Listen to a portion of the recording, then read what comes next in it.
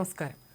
അമേരിക്കയെ മഹത്തരമാക്കുമെന്ന വാഗ്ദാനവുമായി അധികാരത്തിലേറിയ US president Donald Trump കർശനമായ കുടിയേറ്റ നയങ്ങളാണ് പിന്തുടരുന്നത്.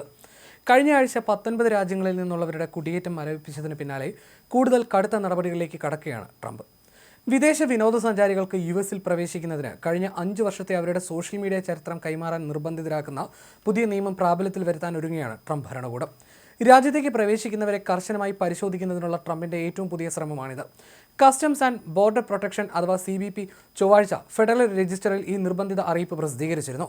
വിസ ഒഴിവാക്കൽ പരിപാടിയിൽ ഉൾപ്പെട്ട UK, ജർമ്മനി തുടങ്ങിയ രാജ്യങ്ങളിൽ നിന്നുള്ളവർ ഉൾപ്പെടെ US പ്രവേശിക്കുന്ന എല്ലാവർക്കും സോഷ്യൽ മീഡിയ ഡേറ്റ ആവശ്യമായി വരും.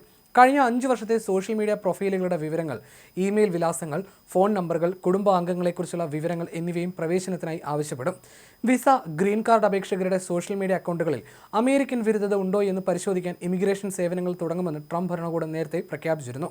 നല്ല സ്വഭാവം വിലയിരുത്തുന്നതിനൊപ്പം അമേരിക്കൻ വിരുദ്ധമോ ഭീകരവാദപരമോ ജൂതവിരുദ്ധമോ ആയ കാഴ്ചപ്പാടുകൾ അപേക്ഷകർ പിന്തുണയ്ക്കുകയോ പ്രോത്സാഹിപ്പിക്കുകയോ അംഗീകരിക്കുകയോ ചെയ്തിട്ടുണ്ടോ എന്നും ഉദ്യോഗസ്ഥർ പരിശോധിക്കും.